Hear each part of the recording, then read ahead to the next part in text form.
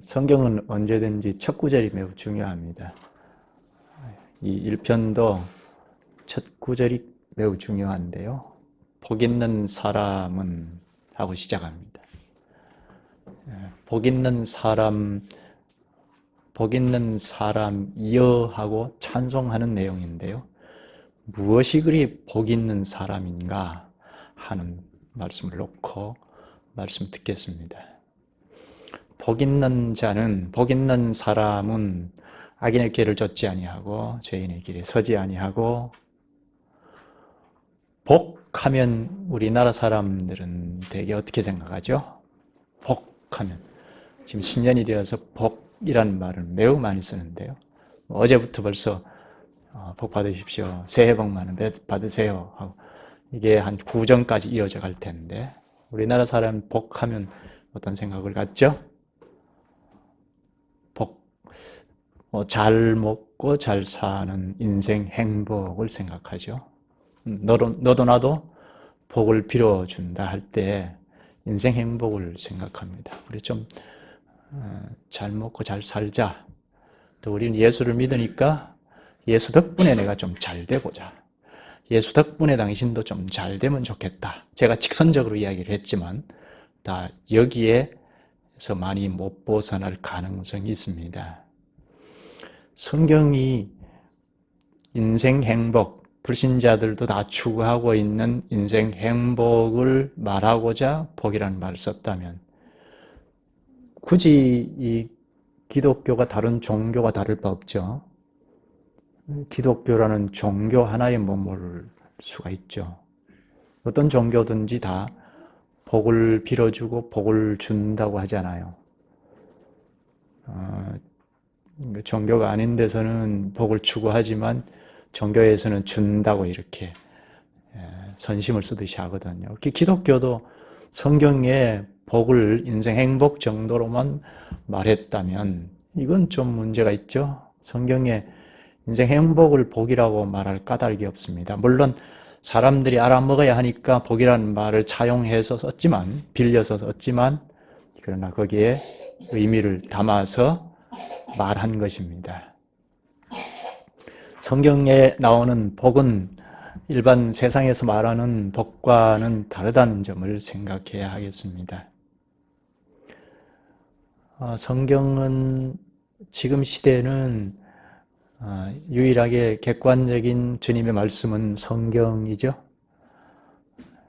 계시 시대 때는 직접 계시를 하셨죠. 직접 음성을 들려준다든지 꿈으로 환상으로 우리에게 말씀을 하시지만, 성경이 완전히 기록된 이후에는 성령 하나님께서 성경을 바르게 해명해서 읽거나 들을 때 그걸 쓰셔서 우리에게 직접 말씀을 하십니다. 그럼 우리가 성경 말씀을 잘 읽고 들어야 하죠. 이 말씀을 한두 구절 쏙 빼와서 내 현실에 맞추어서 이렇게 말하는구나, 이렇게 하면 참 곤란합니다. 가령 이 본문에도 복 있는 사람은 악인의 길을 좇지 아니하고 죄인의 길에 서지 아니하고 오만한 자의 자리에 앉지 아니하고, 복 있는 사람은 이렇다. 내가 복 받기 위해서 악인의 길을 좇지 않고 죄인의 길에 서지 않아야겠다, 이렇게 빼와서 내 현실에 소원하는 바를 추구하는 것은 여기의 의도와 맞지 않습니다. 여기 시편 1편은 우리의 기원을 적어놓은 것이 아닙니다. 복을 받으려면 악인의 길을 좇지 않고 죄인의 길에 서지 않아야겠다 하고 내가 바라는 기대, 소원을 말한 것이 아닙니다. 성경은 어떤 본문이든지 그렇긴 한데요, 오늘 본문 특히 본문에 들어가서 본문에서 말하고자 하는 것을 잘 읽어야 하죠. 복 있는 사람은 악인의 길을 좇지 아니하며 죄인의 길에 서지 아니하며 오만한 자의 자리에 앉지 아니하고 오직 여호와의 율법을 즐거워하여 그 율법을 주야로 묵상하는 자로다. 이 본문에서 말하는 것이 무슨 뜻일까 하는 것을 들여다볼 필요가 있죠. 이, 이 시편 1편은 시편 전체의 서론인 것을 우리가 잘 압니다. 한 2, 3년 전에 이 시편 1편을 생각했기 때문에 그때 들은 분들은 다 기억을 하실 텐데요. 다시 복습하는 뜻을 가지면 좋겠고, 또 처음 듣는 분들은 복 있는 사람, 여기 말하는 복이 무슨 뜻인지를 잘 본문으로 들어가서 말씀을 들어야 할 필요가 있겠습니다. 시편 1편은 시편 전체의 서론입니다. 따라서 이 시편에 복 있는 사람, 복된 사람인데, 복된 사람, 악인, 죄인, 오만한 사람, 뒤에 또 의인이라는 것도 나오는데요. 이런 사람들을 잘 이해하면 다른 시편에 나오는 사람들도 이해할 수 있습니다. 또 반면 다른 시편을 잘 배워서 이해하면 시편 1편도 더 잘 이해할 수가 있습니다. 시편은 다 구약 성도들이 삶의 현실을 놓고 투쟁하면서 신앙을 지키기 위해서 싸우면서 내놓은 찬송입니다. 기도입니다. 따라서 시편 1편도 역시 삶의 현실에서 신령한 싸움을 싸우면서 내놓은 구약 교회원들, 구약 성도들의 찬송입니다. 그러므로 시편 1편을 잘 이해하면 구약 성도들을 이해할 수 있고, 그건 오늘 이 시대에 우리도 잘 이해할 수가 있습니다. 그리스도 안에서 살아가는 성도들도 잘 이해할 수가 있습니다. 그러면 이 시편 1편을 오늘 우리도 몇천 년 전에 찬송이지만 오늘 우리의 교회의 찬송으로 잘 부를 수가 있습니다. 1절에 복 있는 사람은 악인의 꾀를 쫓지 아니하며 죄인의 길에 서지 아니하며 오만한 자의 자리에 앉지 아니하고 합니다. 1절부터 명백하게 두 부류를 딱 나누어서 대조해서 말하고 있습니다. 복된 사람, 그리고 악인, 죄인, 오만한 사람. 악인, 죄인, 오만한 사람은 다 복수입니다. 지금 우리나라 교회에서 많이 쓰는 개정 성경에는 다 복수로 번역을 했는데요. 그러나 복된 사람은 단수입니다. 홀로입니다. 홀로 대 복수, 이렇게 대조해서 말하고 있습니다. 여기에 악인, 죄인, 오만한 사람은 한 통속입니다. 한 편입니다. 한 패거리입니다. 그런데 이 사람들은 여기 악인의 꾀를 쫓는 사람이죠. 악인이라고 했으니까 죄를 쫓는다, 그렇게 말할 수 있겠으나 다수가 행하고 있기 때문에 그걸 죄라고 하지는 않습니다. 죄인의 길에 선다. 죄인의 길에 서서 걸어갑니다. 그러나 다수가 어깨동무를 하면서 걸어가기 때문에 이걸 죄라고 생각하지 않습니다. 이 사람들에게는 하나님의 율법이 없기 때문에 그런데요.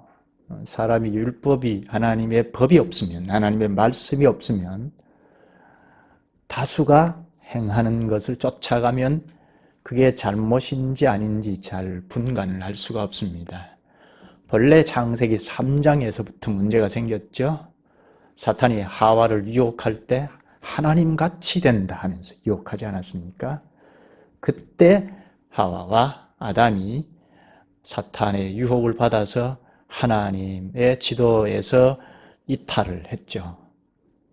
그래서 다 하나님 자리에 딱 차지하고 생각하고 말하고 행동하는 데 같습니다. 그래서 아담의 후손으로는 모든 인류가 가진 문제는 다 하나님 자리에 자기가 차지하고 있다는 겁니다.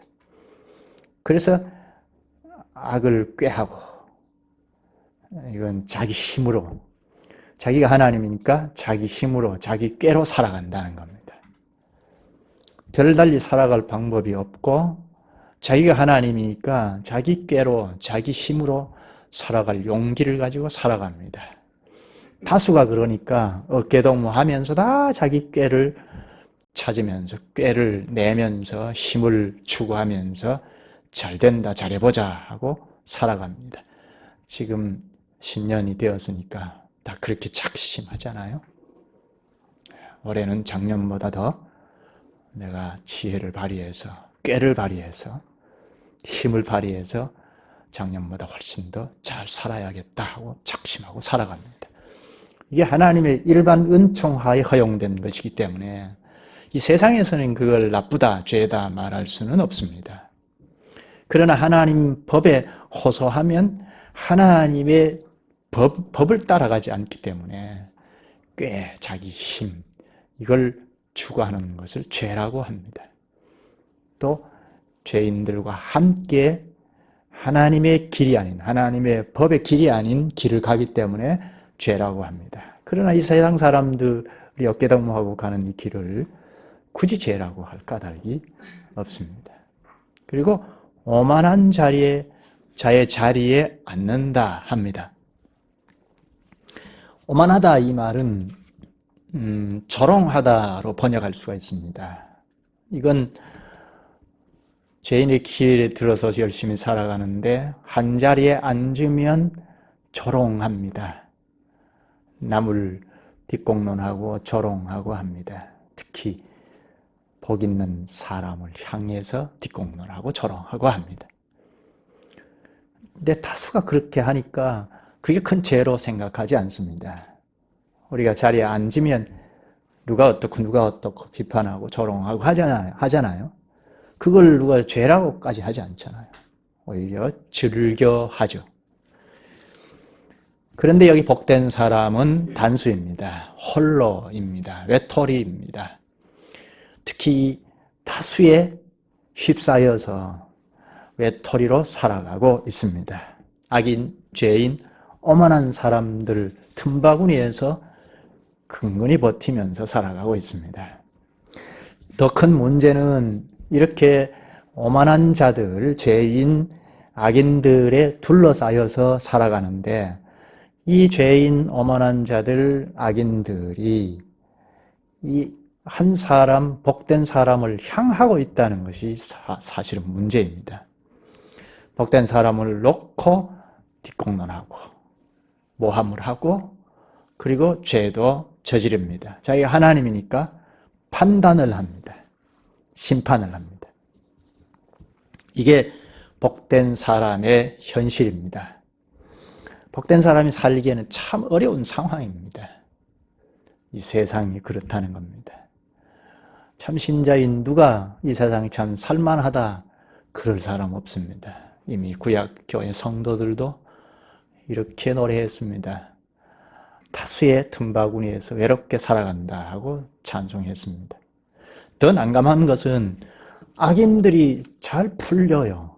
악인들이 더 잘 돼요. 악인들이 복이다, 복된 사람이다 할 만해요. 그러니까 더 난감합니다. 시편 73편을 보면 악인들의 형통을 노래합니다. 이건 구약 성도들이 찬송한 건데 73편 5절부터 보면 사람이 당하는 고난이 없고 사람들이 당하는 재앙도 없나니 악인들, 죄인들, 오만한 자들은 고난이 없다고 합니다. 재앙도 없다 합니다. 또 7절에는 살찜으로 그들의 눈이 솟아나며 그들의 소득은 마음의 소원보다 많으며 살이 쪄서 넉넉합니다. 많은 소득이 있습니다. 이들이 오히려 더 복된 사람 아닌가요? 이들이 누가 죄인이라고 하겠습니까? 여기 73편 4절에는 그들은 죽을 때에도 고통이 없고 그 힘이 건강하며 고통이 없고 건강하게 살다가 죽었습니다. 그럼 잘 살았다, 복된 사람이다 하지 않겠어요? 누가 그를 죄인이다 탓하겠습니까?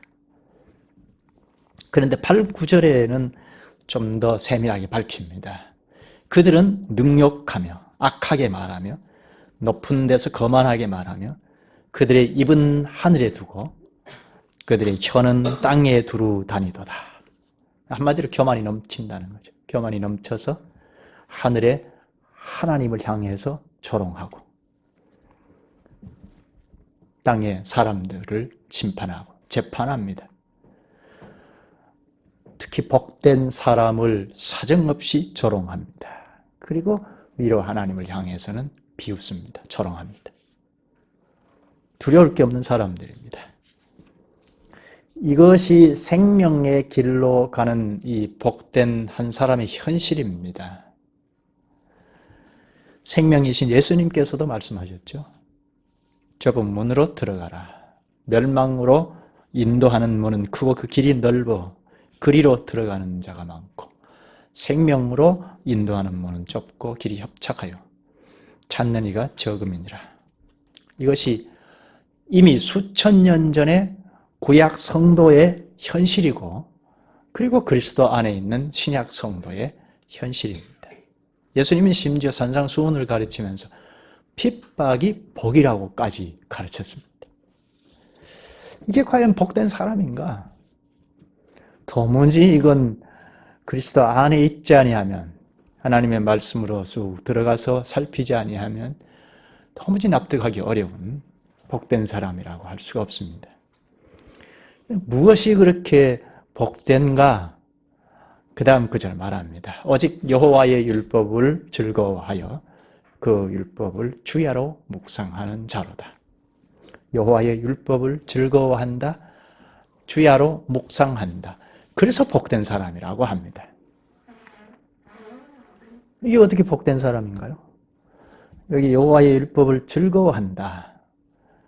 여호와의 율법은 당시에 모세 오경이라고 국한해서 생각할 수도 있겠는데 아니면 시편을 국한해서 생각할 수도 있겠는데 그러나 좀 더 포괄적으로는 구약 하나님의 말씀 전체입니다. 더 포괄적으로 말하면 오늘 우리의 자리에서는 신약에 있는 말씀 전체입니다. 하나님의 법 또는 하나님의 말씀입니다. 즐거워한다는 말은 말씀 자체를 즐거워한다는 뜻입니다. 하나님의 말씀을 우리가 읽거나 배우면 그 말씀을 내 현실로 딱 끌고 와서 어떻게 합니까? 나의 위안으로 삼고 그 말씀을 사용하죠. 이용한다고 할 수 있습니다. 그렇지 않고 말씀 자체를 즐긴다는 겁니다. 어떻게 차이가 있을까요? 복 있는 사람은 이러이러하다. 아, 내가 복 있는 사람으로 이렇게 살아야 하겠다 하고 이용한다는 겁니다. 그렇지 않고 복된 사람이여, 이 감탄사인데요. 감탄합니다. 어쩜 이렇게 복된 사람인가 하고 노래한 겁니다. 왜냐하면 여호와의 율법을 즐거워하여 그 율법을 주야로 묵상하는 자로다. 이 율법의 말씀을 즐기는 사람은 그 말씀 자체를 자꾸 새기고 자꾸 담아두는 겁니다. 그 말씀 자체는 하나의 원리, 구절 하나씩 빼면 성구 영신 예배 때 어떤 교회는 지금도 할지 모르겠습니다만 뽑기 하잖아요. 구절을 이렇게 뽑아내잖아요. 그러면 그건 내 필요 대응식이 됩니다. 그러면 다른 종교에서도 뭘 가르쳐주는 것과 다를 바 없죠. 계시가 된 걸 기록한 성경은 그렇게 방법론을 가르치고 내 필요 대응식으로 가르치는 말씀이 하나도 없습니다. 다 원리예요. 복 있는 사람이여 하고 악인의 꾀를 쫓지 않고 죄인의 길에 서지 않고 오만한 자의 자리에 앉지 않는 거구나. 하나 원리를 터득하는 겁니다. 내가 이렇게 작심해서 해야지. 이건 작심 3일은 잘 될지 몰라요. 이건 종교의 하나에 불과하지만 원리를 받는 겁니다. 그게 내 머릿속에 작용을 하는 겁니다. 인지가 되는 거죠. 그래서 또 말씀을 공부를 받으면 또 인지가 되고 뒤에 나오겠습니다만 여기 시인은 말씀 자체를 즐거워합니다. 찬송합니다.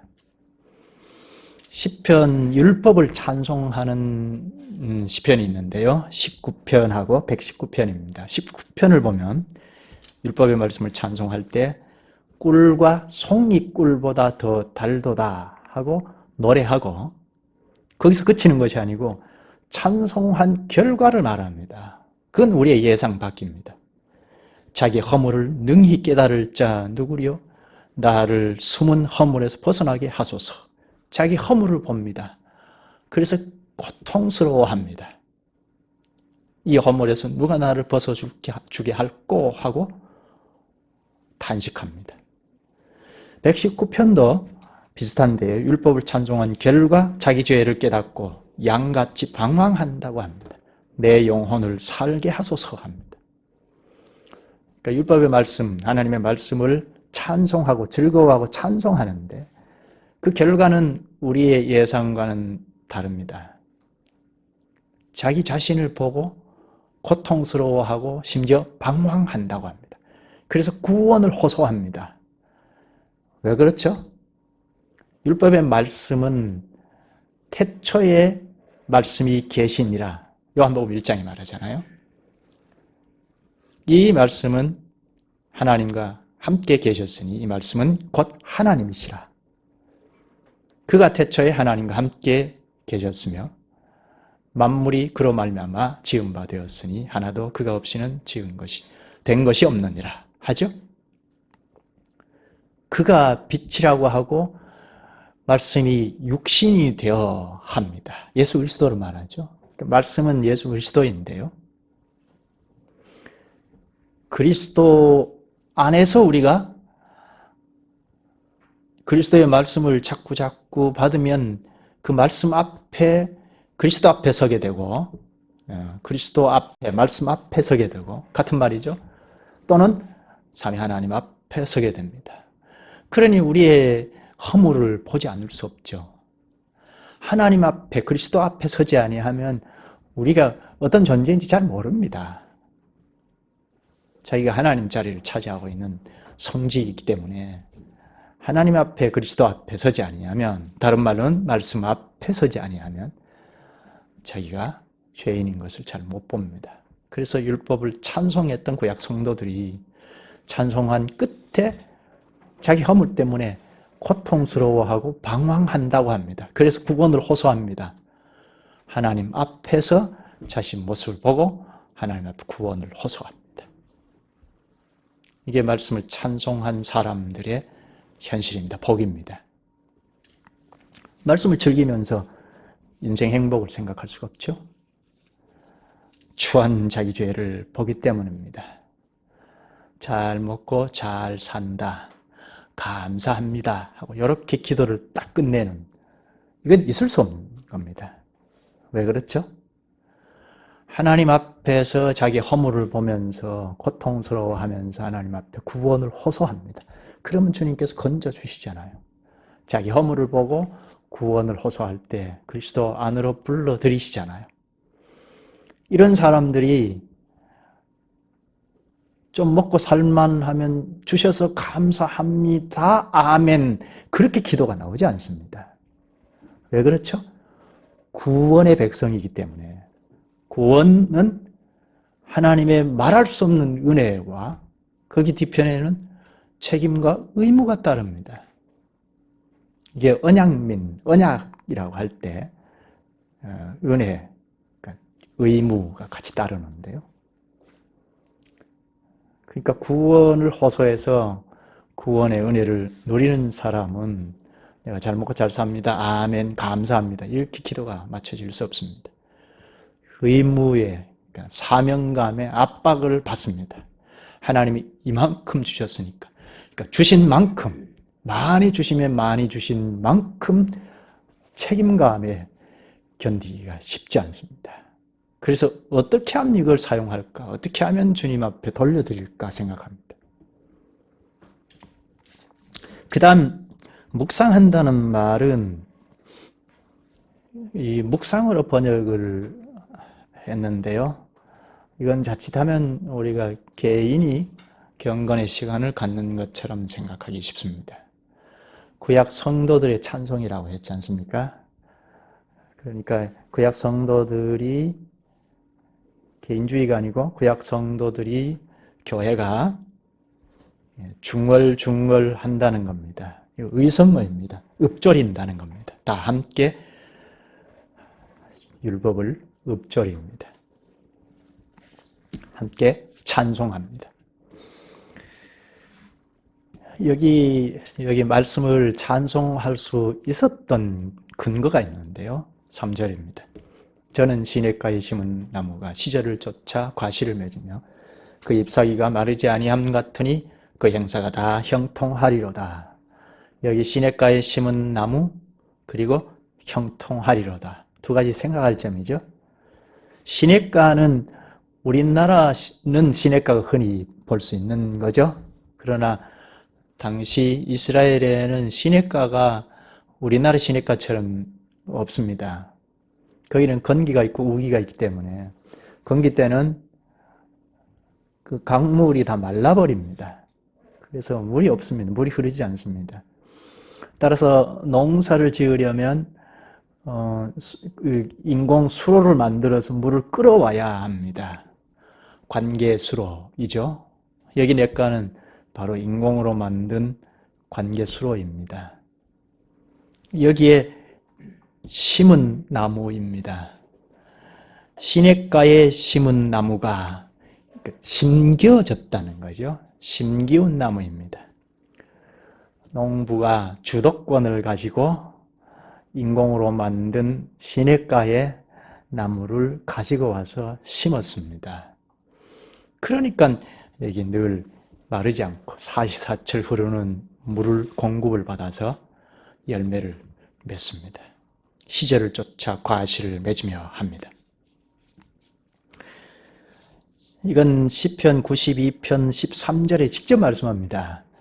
여호와의 집에 심겼으며 우리 하나님의 궁정에서 흥왕하리로다. 성도가 여호와의 집에 심겼다 합니다. 당신은 구약 성도이죠.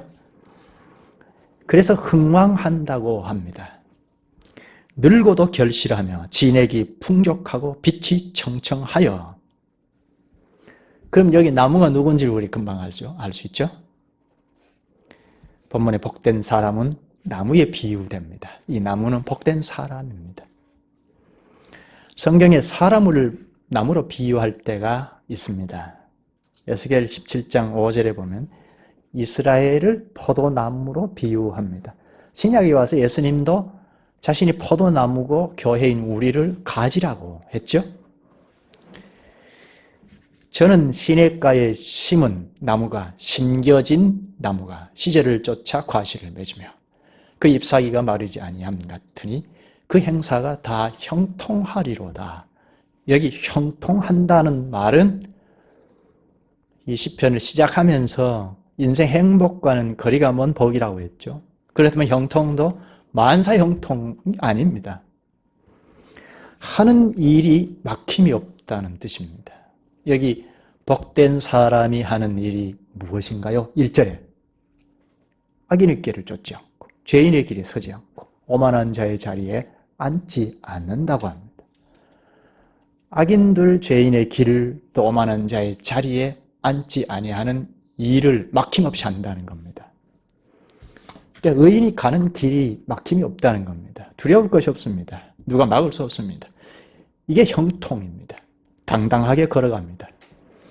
다수에 둘러싸여 외톨이로 살아가지만 힘겹게 살아가지만 복이 있는 까닭은 바로 이렇게 당당하게 자기가 할 길을 걸어가기 때문인데요. 그건 율법의 말씀을 즐기기 때문에 주야로 읊조리기 때문입니다. 근데 외톨이로 이렇게 살아가고 아무리 당당하게 살아간다 하더라도 어떻게 이렇게 살아갈 수 있을까 하는 문제. 그건 바로 이 구절입니다. 시냇가에 심겨진 나무이기 때문입니다. 시냇가에 심겨졌다. 뭘 상상할 수 있습니까? 대번에 시냇가에 심겨진 나무는 건기 때 비가 오지 않아서 척박한 땅에 있는 나무와는 전혀 다르죠. 왜 그렇죠? 공급이 이루어진다는 겁니다. 아무도 알 수 없는 사이에 끊임없이 공급이 이루어지니까 잎이 마르지 않고 청청합니다.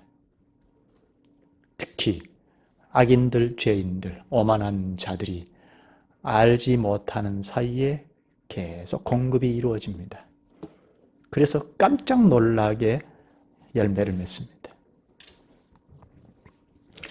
그럼 여기 시냇가가 누구죠? 시편은 우리 상상이 필요하죠. 시는 그렇죠. 여기 시냇가는 누굴까요?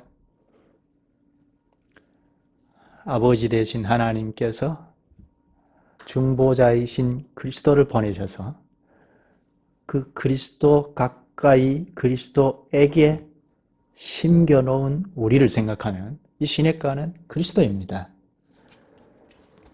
예수 그리스도께서 끊임없이 공급해 주시기 때문에 거기에 연합이 된 성도들은 잎이 마르지 않고 청청한 것처럼 열매를 맺습니다. 예수님도 말씀하셨죠? 나는 포도나무요, 너희는 가지니.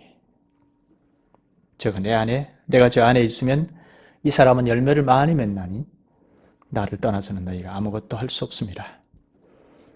아버지께서 주권적으로 죄인인 우리를, 오만하기 짝이 없는 우리를,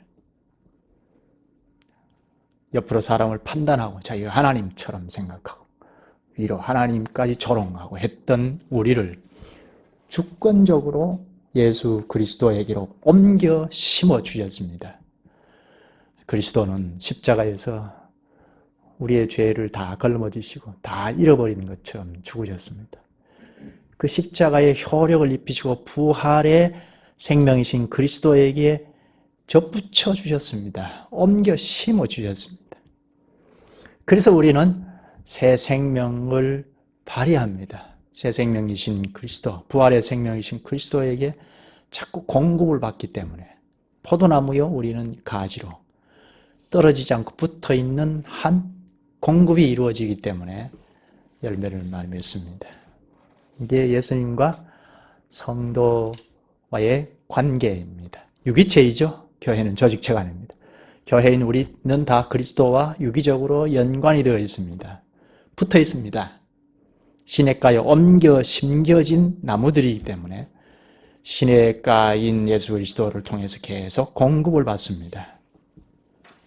그래서 열매를 많이 맺습니다.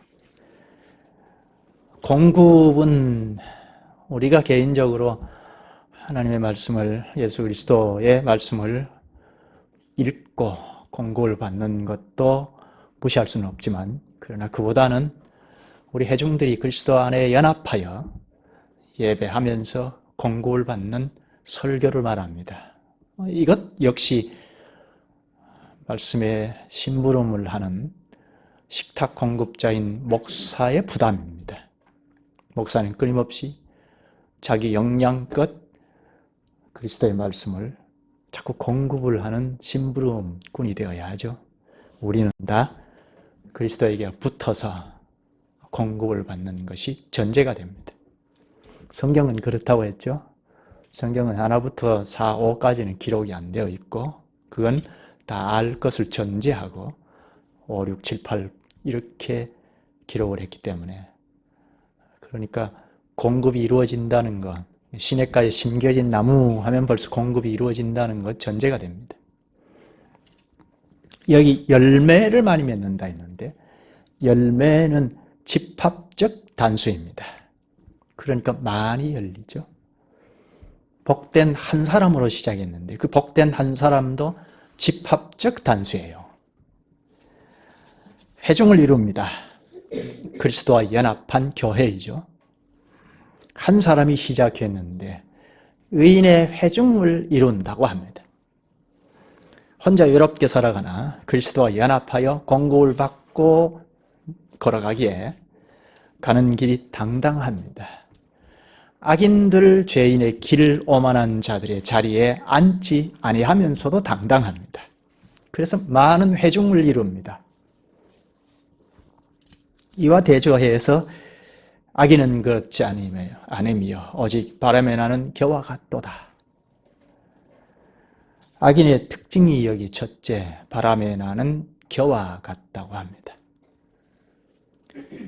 그러므로 악인이 심판을 견디지 못하며 죄인이 의인의 회중에 들지 못하리로다. 둘째, 심판의 자리, 심판을 견디지 못하고 의인의 모임에 들지 못합니다. 시작할 때와는 전혀 다르죠. 자기 힘과 꾀로 살아가지 않았습니까? 다수의 힘을 힘차게, 다수의 힘을 가지고 다수의 길을 따라서 힘차게 걸어갑니다. 심판의 자리에서 자기가 하나님이니까 하나님처럼 심판의 자리에 앉아서 외톨이로 걸어가는 의인을 향하여 조롱하고 위로 하나님까지 조롱합니다. 이렇게 당당할 수 있을까 할 정도로 무서운 줄 모르고 하나님 무서운 줄 모르고 살아가던 사람들 아닙니까? 온 세상을 다 차지한 것처럼 자기 것처럼 하나님 자리를 차지하고 살아갑니다. 그에 비해 하나님의 율법을 읊조리면서 살아간 한 사람은 잘 안 보입니다. 흔적도 잘 안 보입니다. 그런데 많은 열매를 맺습니다. 회중입니다. 교회입니다. 그러나 악인은 그렇지 않으며 오직 바람에 나는 겨와 같도다. 바람에 나는 겨, 농사를 좀 아시는 분은 쉽게 알 텐데요. 추수를 해서 이렇게 바람을 막 붙이면 죽정이는 날아가고 알곡이 떨어집니다. 죽정이는 쭉 날아가요, 바람에. 흔적도 없이 사라진다는 겁니다. 그렇게 무성하게 보이던 악인들은 첫째, 바람에 나는 겨와 같이 훅 하고 불면 사라져 버립니다. 이것이 하나님 없다 하고 자기 꾀와 자기 힘으로 살아가는 사람들의 말로입니다. 둘째는 죄인들의 특징이 이 재판의 자리와 의인들의 모임에 들지 못합니다. 5절에 그러므로 악인이 심판을 견디지 못하며 했는데 여기는 심판받는 것인데 그러니까 심판의 자리에 못 앉는다는 겁니다. 앞에서는 심판의 자리에 앉아서 복된 사람 한 사람 심판하고 위로 하나님도 조롱하고 하지 않았습니까? 근데 심판의 자리에 앉지 않고 오히려 심판을 견디지 못, 심판받는 대상이 되었습니다. 그리고 의인의 회중에 들지 못합니다. 의인의 모임에 들지 못합니다. 여기 심판의 자리에 누가 앉죠? 복된 한 사람이 앉습니다. 의인의 회중을 이루는 회중들이 심판의 자리에 앉아요. 그리스도께서 심판하시지만 그게 같이 앉아요. 대저 의인의 길은 여호와께서 인정하시나 악인의 길은 망하리로다. 여기 의인의 길, 악인의 길, 두 길을 말하죠. 중간이 있을까요? 의인의 길, 악인의 길, 중간 지대는 없습니다. 악한 것, 하나님과 그러니까 의인의 길은 그리스도와 함께하는 길이죠. 하나님과 함께하는 길인데 하나님과 악함을 같이 섬길 수는 없습니다. 두 주인을 섬길 수 없다고 하지 않았습니까? 의인의 길은 여호와께서 인정하십니다. 여기 인정하신다는 것은 하나님께서 아신다는 겁니다. 하나님께서 아시니까 이 땅에서 이미 의인의 모임에 들어와서 살아갑니다. 이 땅에서 이미 의인의 회중을 이루고 살아갑니다. 장래는 영원한 모임에 참여합니다. 그러나 악인은 현재부터 악한 길로 계속해서 갑니다. 장래도 망할 것입니다. 오늘 본문에서 그리스도께서 생명의 길과 사망의 길을 놓고 우리에게 여호와를 사랑하며 율법의 말씀을 읊조리고 살라고 하십니다. 여호와의 회중, 교회에서 율법의 말씀을 찬송하면서 오라 가자 하십니다.